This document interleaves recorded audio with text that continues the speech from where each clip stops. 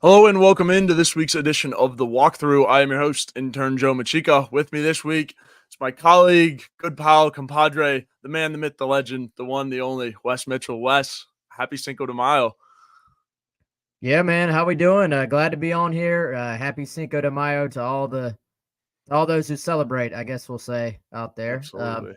least it fell on a weekend, so It did. that's good. Hope everybody out there is doing well. Yeah, absolutely. Wes, good to have you on finally. Plenty to break down.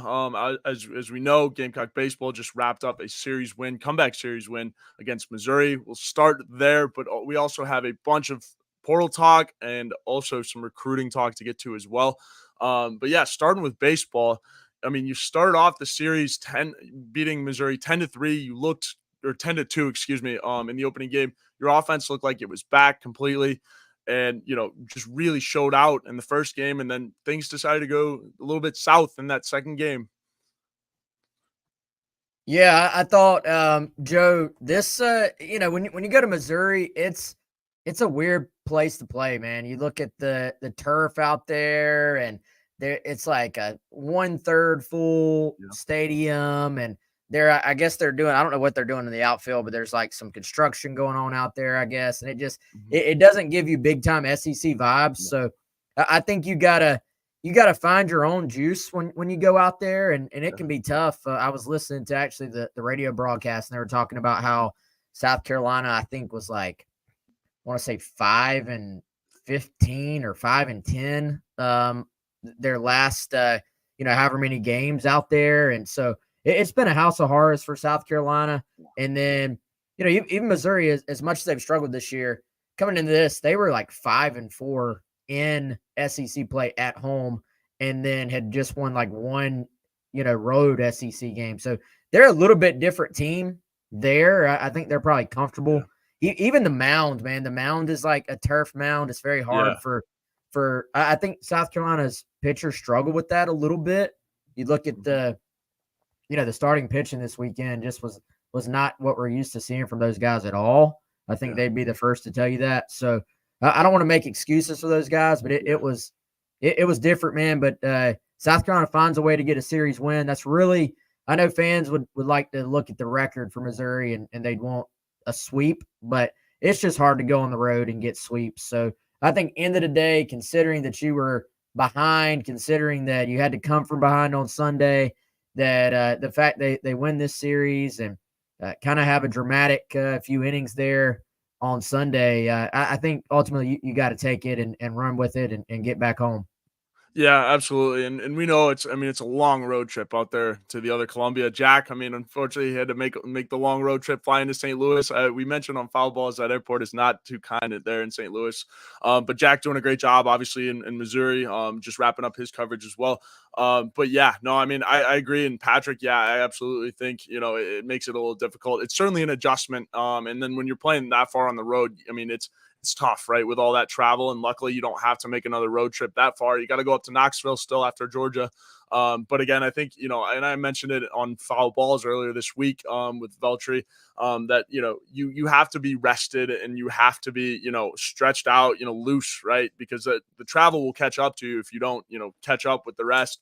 So obviously South Carolina baseball doing the job, right? Coming back today. Today's game was in doubt for a while, but again, rallying in the seventh inning on, and I mean they just kept pouring it on. Right, they found their spark, and in large part thanks to the Moose. Cole Messina was loose all over the other Columbia all weekend long.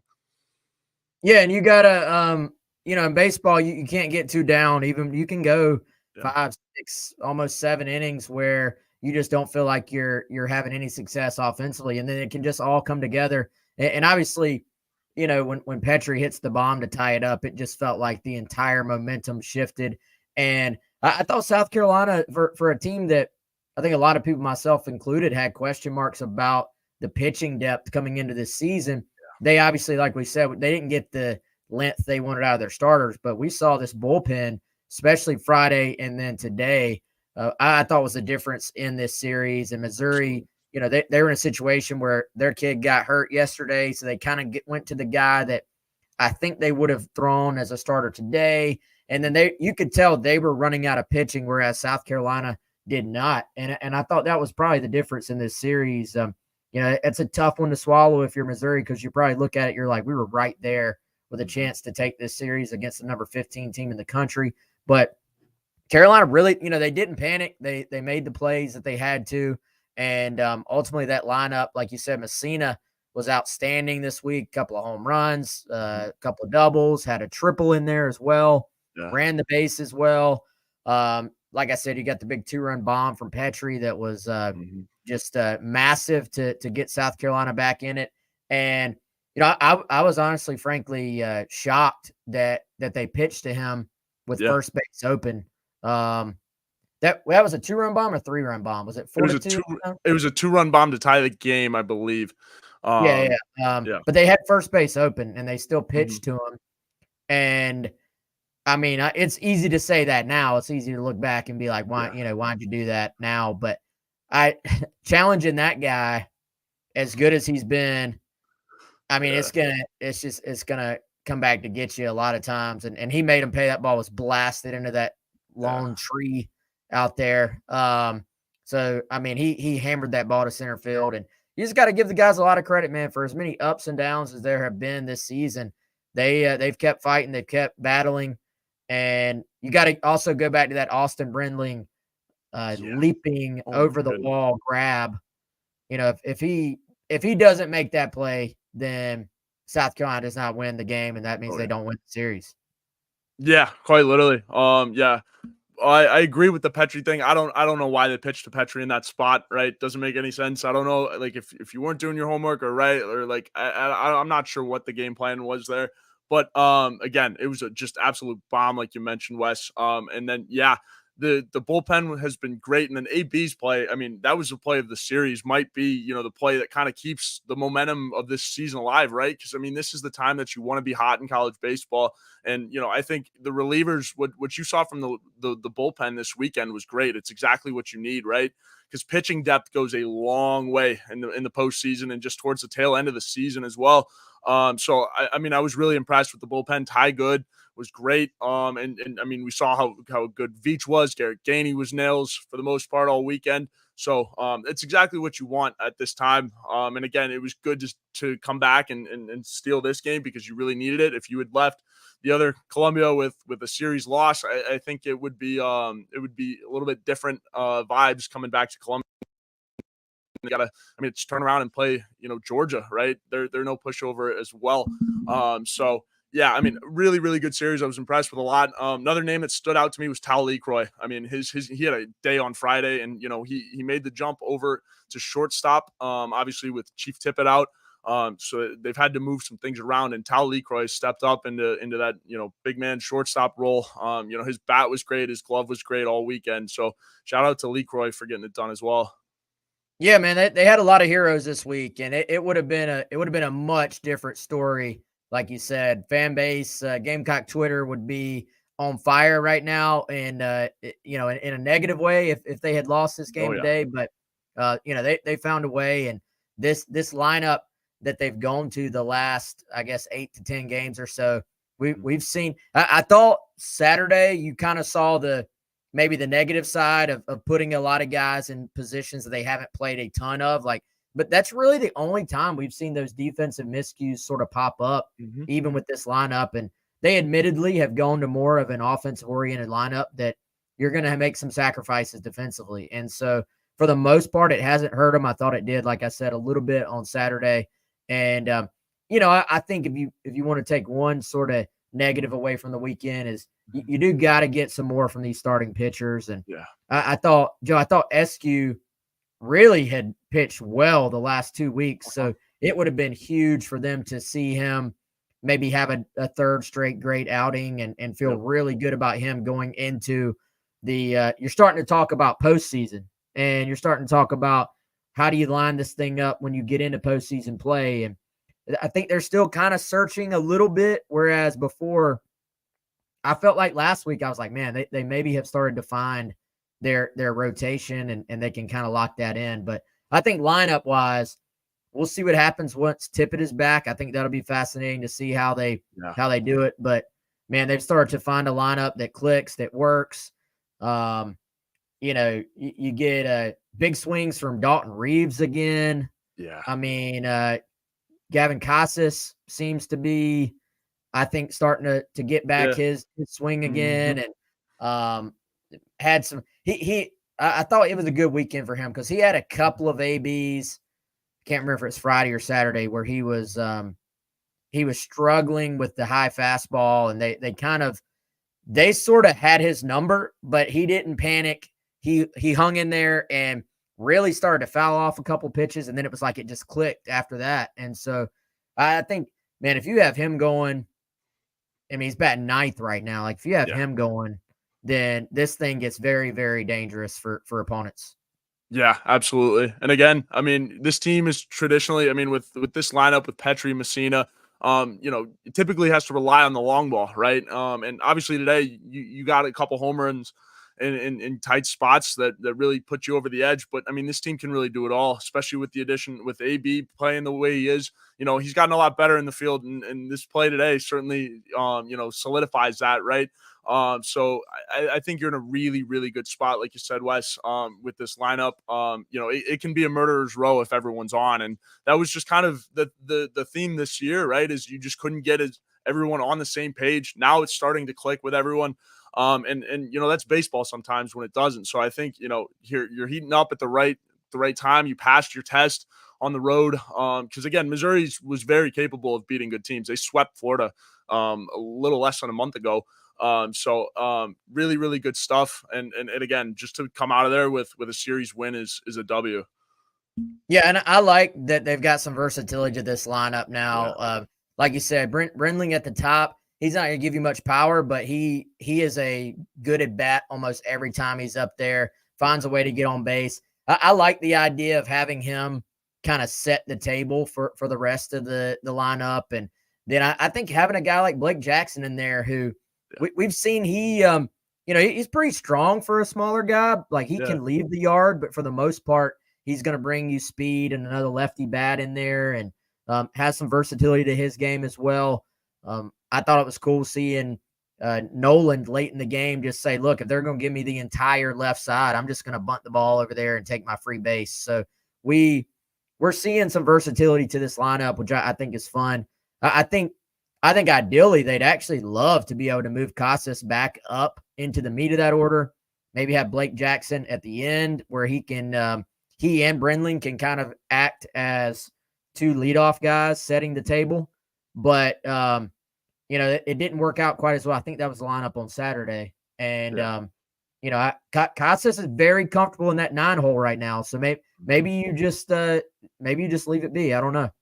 Yeah, it's going to be interesting, and I've liked the rotation with the outfielders, right? When you have so many guys that are on, and again making the changes as you are, it's exactly what you want at this point in the year, right? And I like the point with Jackson and AB. I think they work well together, right? Blake has certainly shown his power. Certainly showed it last Friday night. That game was insane with his 2 home runs to essentially win the game.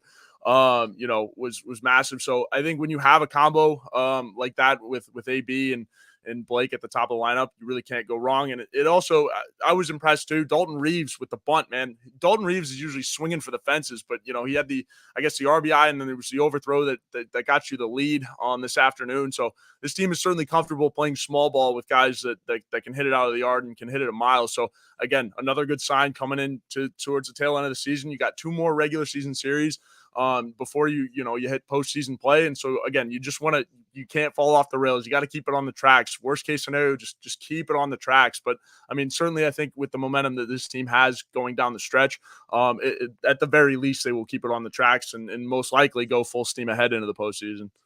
Yeah, man, Reeves, just another example of a guy who wasn't playing a lot earlier this year, and they have continued to tweak this thing throughout the entire season. And they finally may have found their best combination. But dude, he's a talented kid. Like I guess coming from PC, I personally didn't know that he was a guy to keep an eye on like that. But I mean, he showed you the versatility today as well. Long ball that was blasted to right. Then, like you said, the bunt was perfect. Like that thing was ideal. Yeah, he put Missouri in such a position to have to make a perfect play. And that's when, if you're Missouri, you'd love. I mean, it was that bunt was so perfect. Even if he makes the perfect play, you got what you wanted out of it. If you're Yep. South Carolina, but Missouri had to be so perfect on that play that they end up making an error, and it extends the inning. You score, and that was a huge moment in this game because ever since the Petrie home run, it was like it kind of, I thought, shifted everything for South Carolina. From that point forward, everything just kind of went their way, and they were playing with confidence, I feel like. Yeah, absolutely. And again, it was a great way to wrap up this series. Again, comeback win. That's just gonna kickstart their momentum. Like I've been saying, like we've been saying, just down the stretch. Like a win like that will do numbers in terms of momentum, confidence, all that stuff. It's gonna be a fun flight home. Long one, but just got to get home, get rested, and again prepare for the bear that is Georgia and Charlie Condon. But it'll be interesting to see how that turns out next weekend. But yeah, pretty good stuff from baseball. Yeah, no doubt, man. And I think Winthrop in between, so you can't forget about the Eagles there, Joe. True. Yeah, I know. And again, if you sleep on your midweeks, this time of year, it could derail some stuff. And I mean, Winthrop's, viable opponent too. I mean, it's not the worst midweek opponent by any means that you'd be playing all year. So, you expect to get some guys some rest. Maybe a little bit of rotations in towards the end of that game, but got to do your job early and take care of business. Yeah, no doubt, man. So, Absolutely. like we said earlier, Jack doing a great job covering this baseball team, Mhm. top to bottom, start to finish.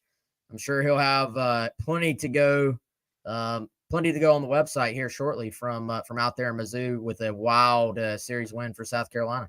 Yeah, absolutely. Shout out to our guy Veltri. He's killing it out there in Columbia. And again, safe travels to him home. And yeah, the content should be up pretty soon. But Wes, there's plenty of football talk.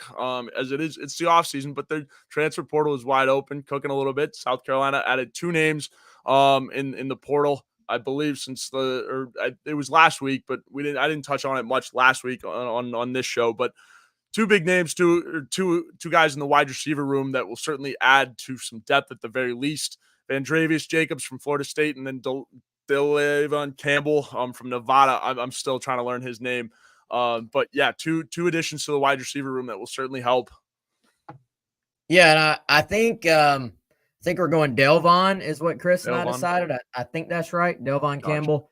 And he's the older guy of the bunch. He's the bigger guy of the bunch, 6'4", 218, I think is what he's listed as. And it is someone who I think really will help this receiving core right off the bat, not just as a depth guy, but coming in and, I think competing for a starting spot. They wanted to add kind of that size. It's not really the biggest receiving core in the country right now, to say the least. And so really you look, Nick Harbor is kind of the only bigger guy they have among the guys who are going to have a chance to actually play this year. So I think this was really big for South Carolina to add someone like him.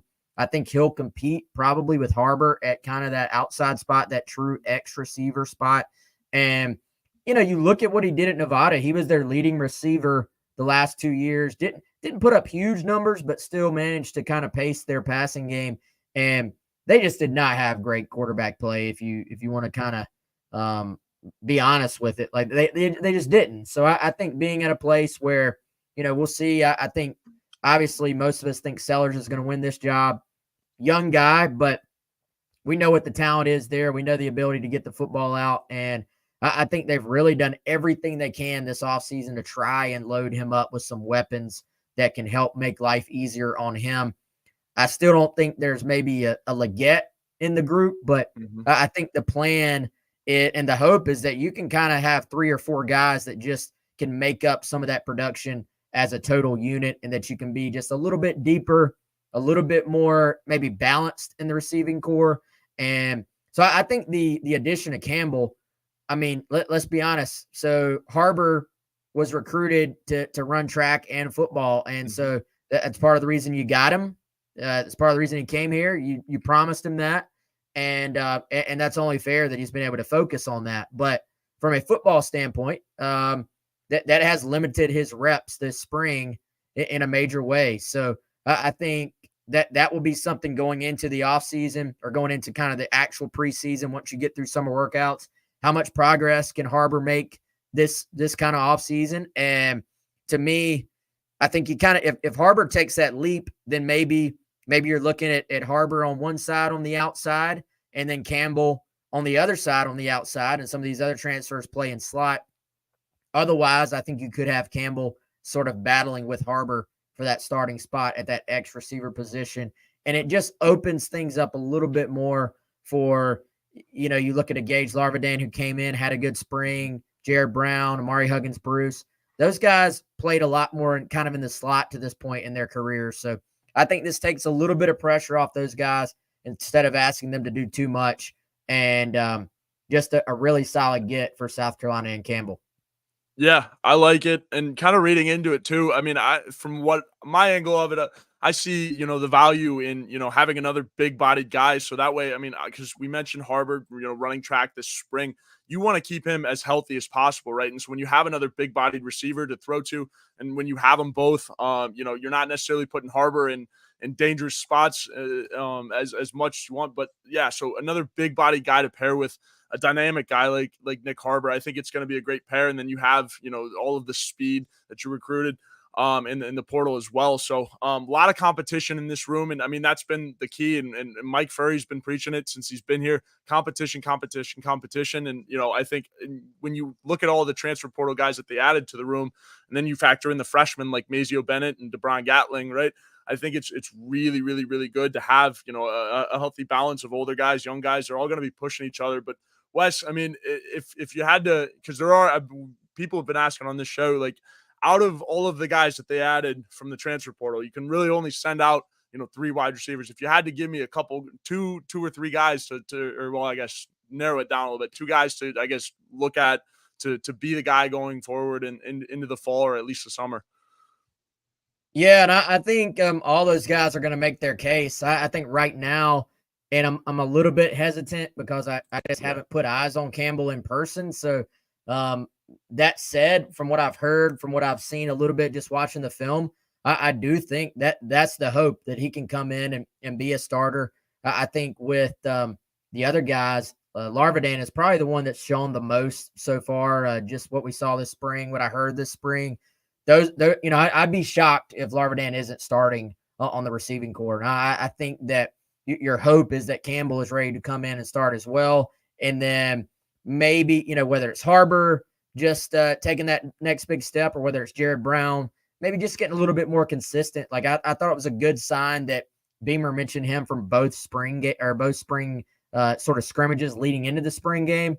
There wasn't a whole lot happening with the receiving corps. I felt like in the spring game itself, not a ton of huge plays, but I think there were signs of progress from that group throughout the spring, just from what we hear and we're able to see in those little snippets that we were able to watch. So, yeah, I would say if you're going to narrow it down, I'm curious about Campbell. I think that'd be ideal. And then Larvadan, I think there's a real chance that the starting group could maybe be Campbell, Larvadan, and then maybe Jared Brown in there in some way. But obviously a lot of that is going to depend on Nick Harbor as well and how much he pushes for playing time. Obviously, Mazio is going to be in the mix as a rotational guy. Luke Doty will be in the mix as sort of a veteran guy. And so you've got some options there. And then I'll be curious to see. I don't think I'd quite put him in the top of my list yet, but I'm fascinated to see Vandrevius Jacobs, the Florida State transfer, just because I think from a expectation standpoint, you almost have to just treat him like a true freshman coming in. He's got 4 years of eligibility left. With freshmen, you really never know. Like sometimes freshmen come in and they just hit the ground and it clicks, and we quickly hear, hey, this guy's going to help. Other years, you sit there and you're like, well, this guy, it's going to take a year or two for him to get settled in. So I just think we don't know there yet. I just think that's he basically is replacing Kelton Henderson, who also was going to be a redshirt freshman. He transferred out, then Jacobs transfers in. So he's kind of, like you said, as far as balancing out the receiving core, this is a guy with a lot of eligibility left. Obviously, Campbell has like just 1 year left. So you wanted to sort of be able to balance those that scholarship chart out a little bit. And he does that. He was a guy Florida State was high on. I think it's just a matter of him being able to do all the things from a day-to-day basis, that consistency that coaches look for. That's pretty common with a young player. So I'll be fascinated to see him in person once he gets here. Yeah, absolutely. No, I love it. And again, I think this summer there will be a search for, kind of the dude, somebody just to step up in that wide receiver room. And I think it will be, more of a platoon, like you mentioned, Wes. And it's gonna be a feeling out process. Sue gets in a groove, right? But it'll be interesting to see. I think there's a lot of capable bodies in that room. And again, I think Mazio Bennett is not going to go quietly, right? He's going to find his way into that rotation. That kid loves to compete. I mean, we've seen it during the summers and stuff, and I'm excited to see it now. Finally at South Carolina. So kid knows how to compete. A lot of guys in this room know how to compete. And again, it's going to be really, really fun to watch as the summer progresses going towards, game one. We do have a question here from Bird to Fly. How about the freshman DeBron Gatling? Any word on his health? Do we have an update on his health? No, not that I've heard. I mean, I Yeah. don't think I don't think there was anything serious going on. I know he missed some time in the spring and, wasn't available for the spring game, but I imagine he'll be back in plenty of time for preseason ball. And I think we'll be able to go through the summer workout program and all that. I'll look and see if we got anything there and try to post it on Gamecock Central if there is. But from what I've heard, nothing to really worry about there long term. Yeah, absolutely. And again, it's a freshman, so he's got a little bit, but again, you want him to be as adapted and as ready for the summer as you can get. So, good question. Our good friend Bird to Fly always tuning in.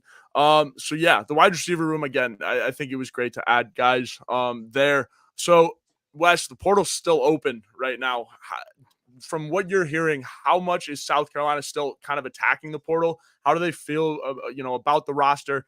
Right now, is it more of a focus on high school guys, or are they still out and about in the portal? Yeah, they're still involved in the portal, and I would say you're very, very close to feeling like the roster is complete. Now, as Beamer said, they wanted to add receiver, which obviously they've done that with two, Yep.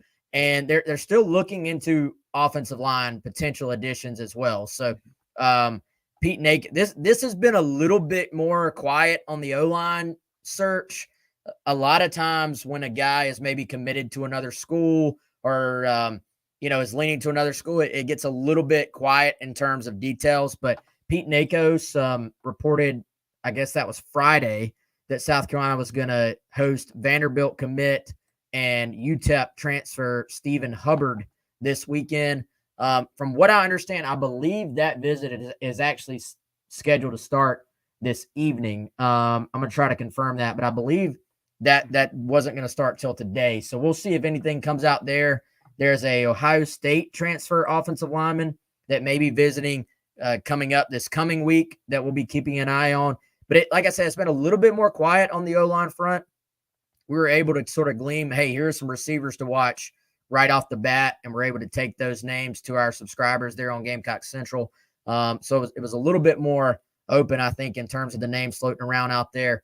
I think it is very hard to find starters at O-line in the portal. Like, you just do not find those guys. So for the most part, we talked about the expectations for a Campbell to potentially compete for a starting job. For the O-line, it's really, frankly, more about, can you continue to build some depth? Can you add some guys who could maybe help you there?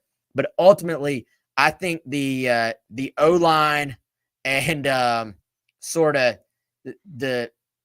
your expectations for that group, your projected depth chart for that group is probably going to mostly come from guys that are already on this roster, that are already on campus, and that we were able to watch this spring. Yeah, absolutely. And again, we've heard all of the praise about the Great Wall of Carolina. All of those guys are here now, right? And so now it's just building the camaraderie, building the rapport together, and just working together, right? So And I think it's great that they're all on campus, right? Just again, because offensive line, I was talking about this, I believe with Terry Ford on the radio is where I said this, but you need these offensive linemen getting tight with each other, right? Because it is so much of a camaraderie thing as much of it is a physical thing on the offensive line in the trenches there.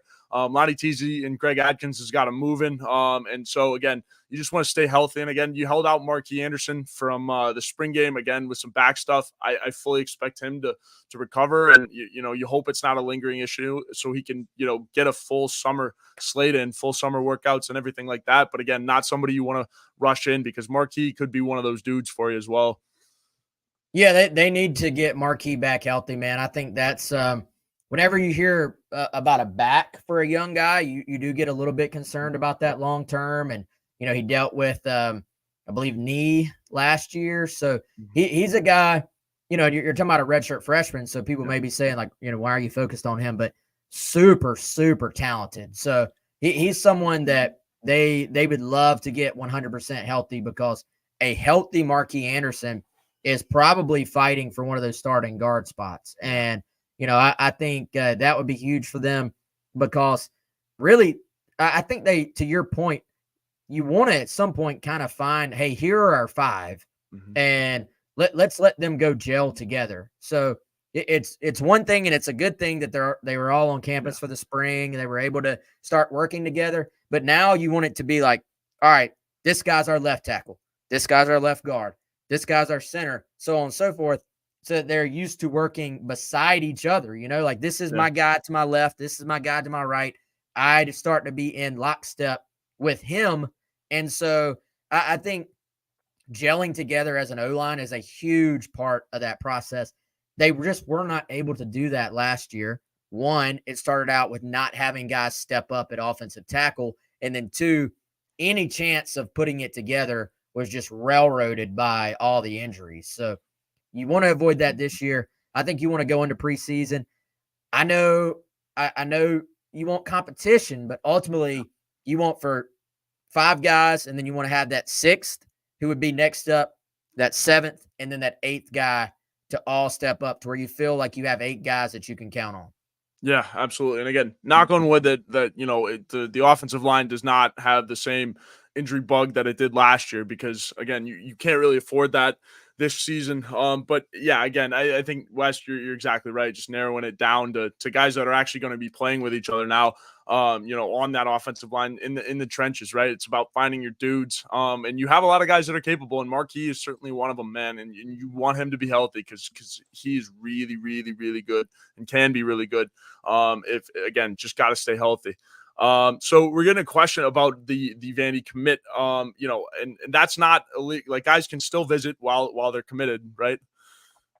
Yeah. So there's a no SEC to SEC transfer rule right now with this window, but that's for guys who are transferring from. So they would have to be a Vandy student for that rule to come into place. This kid was at UTEP and is only committed to Vandy. So I see people asking about Jamari Thomas. Jamari Thomas, same situation. He was committed to VCU, but had not signed there, had not enrolled there. So it's really no different at that point than a high school kid.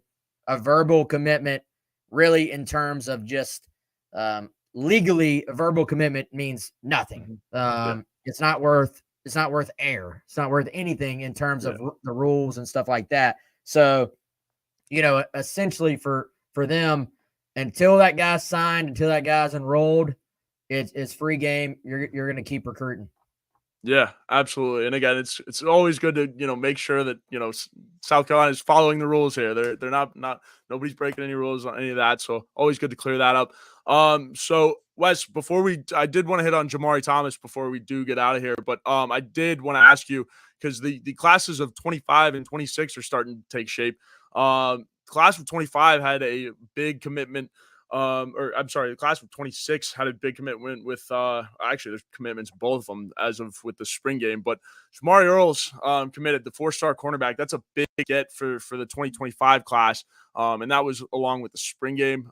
Brian Rowe is another 4-star who committed in April. Those 2 guys are going to be pretty good, and then you also have some 3-star guys in that 2025 class with some high upside. Yeah, I think you look at this class and it didn't quite sort of work on the same timeline as we saw with the 2024 class, with Dante committing so early and then several of those other guys committing early. And then you even fast forward to 2026 and 3 early commitments for that class already. So 2025 has been on a little bit different timeline than those other ones, but it has, I would say, it started to find its momentum in the last maybe month or so. Like you said, Shamari Earls, I mean, this is a kid who, you look at just the offers, you look at the ability here, you look at the ranking. He is the perfect, what I would call Torian Gray defensive back, in that he's long. You're talking 6', 6'1", has some versatility. A lot of his guys sort of have started to fit a profile, I would say. And I think you look at like a Vakari Swain, a Jalen Kilgore, a Jalewis Solomon from this past class will be coming in. They're almost all, tall guys, super athletes, a lot of times play multiple sports, but certainly play multiple positions. And most of them are really good. It seems like offensive players and playmakers as well. And then Torian Gray certainly sort of, I think, trusts his evaluation and his ability to, I guess, produce those guys or develop those guys into true corners or safeties. And we've kind of seen that so far, but I would put Earls right into that category, man. Like, this guy is a supreme elite athlete. He's got good track time as well. He's not even a guy that's maybe trained up as a track guy, but just can fly. And, I think you mentioned Brian Rowe, the receiver. He's another high upside guy, not the biggest player in the world. He's listed 6'1", 175. That might be a little generous, but it is a great athlete, man. Fantastic athlete. Georgia offered him somewhat recently as well, so that tells you something when they're coming in. And then actually right after the spring game, South Carolina adding Caleb Williams, a big defensive tackle from the state of Virginia, as they just continue to hammer the state of Virginia. Dude, if you look, South Carolina has let's see, I think 2 commits from the state of Virginia, a chance at a third and a chance at a fourth. And Clemson, I believe, already has 3 commits from Virginia as well. Yeah. All in the top 10. So you look at UVA, you look at VT kind of being just not really up right now as far as those programs. And you're seeing other schools try to take advantage of that. But South Carolina and Clemson, the 2 Palmetto State schools, have just been taking complete advantage of that in Virginia. Yeah, absolutely. And I mean, the entire DC, Maryland, Virginia area, it's crazy. And Virginia in particular, like you're saying, Wes, I think it's certainly to your benefit that Virginia Tech have certainly been down. Virginia Tech's trying to get up, but again, can't find a way to establish some relevancy, or as much, at least on the SEC kind of level. So again, I think it's huge. Just that whole area right now has been cooking out. Just top prospects. Obviously, you talk about all the DC guys that are on this team. It's ridiculous. Sterling Lucas has a bunch of them in the defensive end room. So keep recruiting that area because it's working so far. So again, we'll see how it goes. But certainly, and obviously the Beamer name carries a little bit of weight in that state as well. Obviously knowing what Frank Beamer was able to accomplish at Va Tech. So certainly goes a long way. And again, I love to see them pursuing that. One more name I wanted to talk about. Can't forget about him either. Jaden Puppy Sellers is also in the 2025 class. He will also be joining the Gamecocks, brother of Lenore Sellers. I think it's a good get. Again, another guy with high ceiling. And again, this team certainly likes to have, family on the squad. You look at the Kilgore brothers as well. So certainly always a help when you can make your quarterback a little bit more comfortable.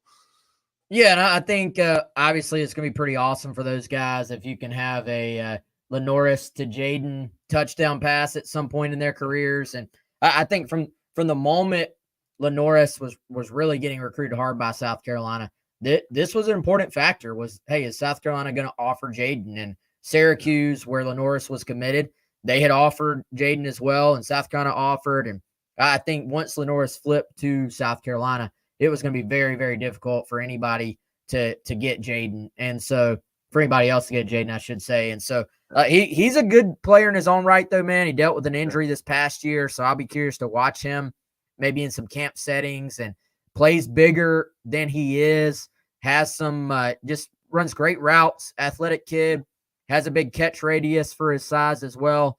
And, I was talking to Charles Power from On 3, and he's pretty high on this guy. Like, I think he's fairly developed as a wide receiver, not just an athlete playing the position. Like, he's got some fine tuning already to his route running. And, they even put him in some situations where he showed the ability to break tackles, and they were kind of almost using him like they did Lenoris by just snapping the ball straight to him and putting him in the Wildcat. And he ran through some tackles, showed some physicality, will block on the outside as well. So I think it's not a pickup that will get like all the fanfare in the world, but it is a good, solid pickup for South Carolina. Yeah, absolutely. All right, Wes, we'll hit the 26 class and then we'll talk to Maury Thomas real quick. The 26 class is ranked third in the country right now. Obviously, still really, really early, but you picked up a massive commitment in the linebacker Rodney Colton out of Georgia. You went into UGA's backyard and snagged a dog. Yeah, I mean, this is a pure blue chip dude, number 2 linebacker in the country, according to On 3. And he also has dealt with some injuries himself this past year, and maybe for a lot of people would maybe even be the number 1 linebacker in the country if not dealing with that. So he's another one. It's going to be very interesting to watch his high school career play out, because he still has 2 years left. So the sky's the limit on what he can be.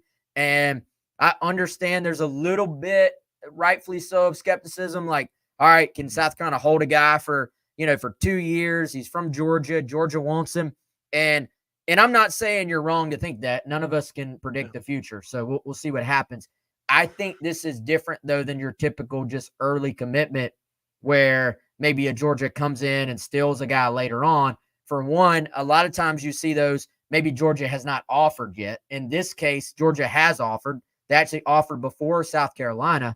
And 2, for whatever reason, this kid has just always coveted an offer from the Gamecocks. I think he played a little bit more defensive back role earlier in his career and grew up really just watching J.C. Horn and Cam Smith and those guys, has continued that over, watches Debo Williams, really is a student of the game. So he's always picking athletes to try and watch their highlights and then kind of take something from them, which I think you got to respect. And, says something about his approach to the game. And so I think for him, yeah, you're going to have to fight. This is SEC football. Like, if you have the number 2 linebacker in the country, I don't care where they're from, you're going to have to recruit. You have to keep recruiting them, right? But I do think there's reason to believe this dude could stick to South Carolina all the way through, and really likes Clayton White. The interesting thing, he wanted to commit to South Carolina the day of the spring game. And from what I was told, they were just like, all right, dude, you need to go sleep on this, because it doesn't do anybody any good for you to commit and then have second thoughts when you wake up in the morning. So they wanted him to process it, then decide. He waited a few days and then committed to South Carolina. And so, yeah, it is early. I get that. But there's a better chance for this thing to stick than you would think maybe on the surface. Yeah, absolutely. And again, you're playing a little defense, but when you give a guy time like that, to mull it over and really think about it, and he still commits, I think that's a really good sign. And again, have, like you mentioned, West Georgia having already offered, I think it's huge. It really is. And so you have a guy like Landon Duckworth in the class as well that's helping out, also recruiting like HE double hockey sticks out on the recruiting trail as well. The 2026 class feels a lot like the 2024 class at this time. Like, right, you've got a quarterback committed, you've got a dog defensive player, early on. So it'll be interesting to see how it pans out, and I'm interested to watch this kid play in some of these camps, as well as we'll have all the coverage from camp this summer. But yeah, sweet, good run through recruiting. All right, so we will talk basketball real quick before we hit some ads and get out of here. Lamont Paris has his point guard, and Lamont Paris in South Carolina have their point guard in Jamari Thomas. The kid's a dog, averaging 16.9 points per game. Was the MEAC player of the year. Wes, I mean, this kid's really good. Yeah, he is. And I've been trying to put a little bit more energy lately into covering, basketball recruiting, and it's been fun kind of diving into some of these guys, and have been able to pick up quite a bit of info on him the last maybe 24 hours. Once we heard word this was maybe going to happen, and so I think you look at him, and this is kind of the final missing piece for South Carolina. We knew they wanted to add a portal guard. They added a couple of bigs from the portal. They'd already done that, of course, with Pringle and Butler. And so we were just kind of wondering who that's going to be. And, he was committed to VCU for a very brief time. That's kind of why things were a little bit quiet here as far as it not really being known how much South Carolina was going after him. Took a visit very quietly over the weekend. Everything played out perfectly. Loved it. Loved the fit. South Carolina was very great with his family and just made him feel really comfortable. Greensboro, North Carolina kid, so this is pretty close to home for him. Chance to play in the SEC. And, I mean, he's a phenomenal athlete, dude. There's some of his film kind of floating around out there. And he started out at UNC Wilmington. I have no idea what they were doing with him. Like, apparently they didn't really give him much of a chance to kind of just go play free. He gets to Norfolk State, and his numbers just explode. They let him play a little bit more freely. He was MEAC Player of the Year, Newcomer of the Year, and was on the all-defensive team for that conference. So it makes a lot of sense, man. He's an explosive kid, can jump out the gym from what I've heard, has a willingness and a want to play defense, and also plays with a chip on his shoulder. Like he comes in wanting to prove himself, wanting to prove he's an SEC point guard, and I think that goes a long way. You saw his 3-point percentage jump a little bit this past year, had a career high in that as well. So this is a kid who I talked to him about his commitment, and he is beyond pumped to be a Gamecock. You're going to get his absolute best. And at this point, you can pretty much say that the roster is kind of set for next year. You can start to, I would say, make your projections and what does the rotation look like and all that. I know we're still early, but the portal is closed for men's basketball in terms of guys entering it. And now you're sort of have all of your scholarships spoken for on the men's basketball side as well. So you can kind of see what this staff has envisioned for this group at this point. Yeah, absolutely. And again, Jay Diz bringing it up. Pringle, CMB, Davis, Scott, Thomas is a hell of a starting lineup. Yeah, absolutely. And again, I think there's a good chance one of those guards or Wright, Studi, somebody there will be a rotation kind of with the starting lineup as they tinker with it. Sure, but again, I think this team is just deep, right? On paper right now they're deeper. And so I think Thomas is a great get. Again, a guard that can play defense, right? And you can let Pringle do his thing on the offensive end. And, we saw the impact that Talon Cooper made just, being a defensive guard. I think it made all the difference because in the SEC, it's a guard-heavy league, number one, but then it's also a scoring-heavy league too. So you got to play defense from the guard position. And again, I think Thomas a great get. First team all MEAC for defense, and he averaged 2.1 steals a game. Really good stuff. I expect him to be a force. And again, Wes, like you said, brings a lot of energy. That's exactly what you need on the defensive end, right? You need a spark plug. You need somebody who's going to go in there, make the tough play. And by the sound of it, this kid is certainly ready to do anything, Lamont Paris needs him to. So really, really, really good get in the portal. Yeah, it kind of closes things out. And that's a pretty decent looking starting five on paper. Jay Diz just posted there. I don't know. Davis Scott Thomas sounds like a law firm or I don't know, like a frat kid's name where they have 3 first names for a name. Yeah. Davis Scott Thomas, but that's a good group, man. You got some veterans in there. You got obviously CMB, who will be a sophomore that's got all the potential in the world. Pringle, you bring in Scott, who tremendous upside there. Zachary Davis, I think, will have a fantastic offseason and take another step. And that was one thing I talked about with Thomas, and he was telling me that, hey, they were very clear that, hey, we added these guys from the portal. We got these guys coming back. There's really just that one missing puzzle piece to make all this work. And so that there'll be a little bit of pressure on him to fulfill that for sure. Talon Cooper obviously was such just a calming force for this team. Mm-hmm. I don't want to lose that. Like, I feel like we got to acknowledge that. Like he he's going to be a loss. He will be tough to just plug and play, just fill that hole, fill that role for him. But I think Thomas is a guy certainly in his own way, in his own style. It won't be the same exact skill set, but can maybe do that. Yeah, absolutely. No, I fully agree. And again, I mean, this basketball team always has some good nicknames. We had the Horse last year, the General, Talon Cooper. So Davis Scott Thomas, we'll find a law firm, or we'll make something. The nicknames will be aplenty come basketball season. But Wes, before we get out of here, gotta hit some ads real quick. First off, our good friends over at Liberty Tax. Tax ID is an uncertain feeling you get right before doing your taxes, but you don't have to go through it alone. The tax team at Liberty Tax in Irmo, Lexington, and Columbia will walk you through the process, clear up any confusion, and guarantee you'll get the biggest possible refund or your money back. It's tax time. If you're in a hurry for a refund, call on the tax team at Liberty Tax. They're fast, accurate, and guaranteed. On the other hand, if you think you might be owing Uncle Sam, talk to the Liberty Tax team to make sure you're not paying more than you should owe. They'll find every possible deduction for you. Locally owned and operated, staffed by tax professionals from your neighborhood, open 9 to 9 on weekdays and 9 to 5 on Saturdays with multiple service options. Start through the Liberty Tax mobile app or through the desktop portal. Make an appointment or just walk in, give a call to upload your tax documents. When you come in, your return will be ready to review and sign.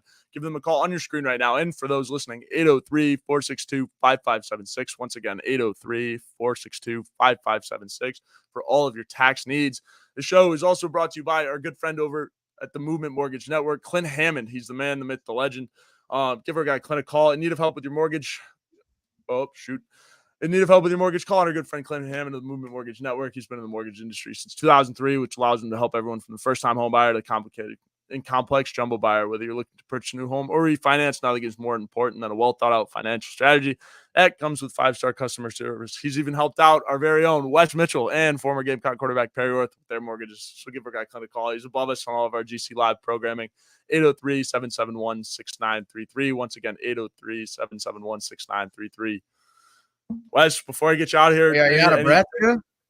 Yeah, a little bit. Yeah. Wanted to, give our ad reads the most. I always try to give our ad reads the most emphasis as they do pay the bills, try to keep the lights on. Hey, let me throw one more at everybody, because I think that I think folks maybe need to take advantage of this one too. Especially I got, is this EXO? I don't EXO make me. Yeah, I know. We need to find a way to pronounce this. Yeah, but help us out there. But also, if you're on here, like I see some people with some questions that can be very simply answered just by heading on over to GamecockCentral.com. And this code right here is actually a podcast or YouTube exclusive. So if you're listening at home, if you're watching us, you can see it right there on your screen. But if you're listening at home, SCAR1, SCAR1, use that code on GamecockCentral.com. You'll get 2 months for $1. That's a special just for you guys. So if you like what you've heard, if you like what you've seen, just come on over, take the plunge, and join us on GamecockCentral.com. Yeah, the dream team. I mean, Chris and Wes just absolutely killing it as always. Beating everyone to all the scoops, and you guys are doing the most. And then we've got Veltri over at baseball, Mike and I doing our thing on YouTube. So yeah, come join the dream team. We've got all the coverage, and like I said, Chris and Wes locking it down, the best of the best. So appreciate it. So I mean, yeah, that'll do it for this week's edition of the Walkthrough. Wes, it was awesome having you on as always. I'll have you on again as the summer rolls along. I'm sure talk some more recruiting as camp rolls on, and we'll have full coverage from camp and whatnot. But appreciate you joining me. Yeah, man, we'll do it again. All right. And by the way, Mike, I'm smoking Joe in a 40-yard dash. I'm sorry, Joe. I got a number of years on you, but I'm smoking you. Sorry.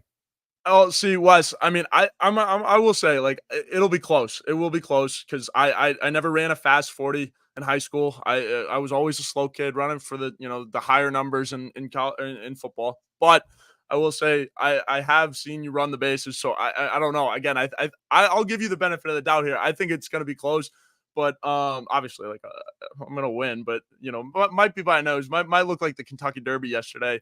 But again, appreciate Yuva tuning in. No guest and fan of the program. Good job, Mike, starting a rivalry here. But exactly. We'll line this thing up and find out. But if I lose, if I lose, I got a built-in excuse that I'm almost 40. So if you lose to me, then you just lost to somebody who is I a know. good 14, 15 years older than you. Well, listen, ever play volleyball champion and known ever play softball champion. Like you've got some titles under your belt, man. There is a resume there. So I don't feel that bad losing to you, but this will be something that will be settled this summer and word will get out whether I win or lose. I'll let the word get out for sure. But yeah, Wes, it's always a pleasure. Looking forward to this summer and appreciate everyone tuning in. Really good show. And yeah, we'll have obviously a lot of coverage this week. Foul balls. You and I will be live for Talking Tuesday. So a lot of good stuff this week to come for Gamecock Central. So don't forget to subscribe and then also hit that little bell icon to be notified whenever we go live. So a lot of fun tonight. Appreciate everyone tuning in and enjoy the rest of your week. Thank you guys.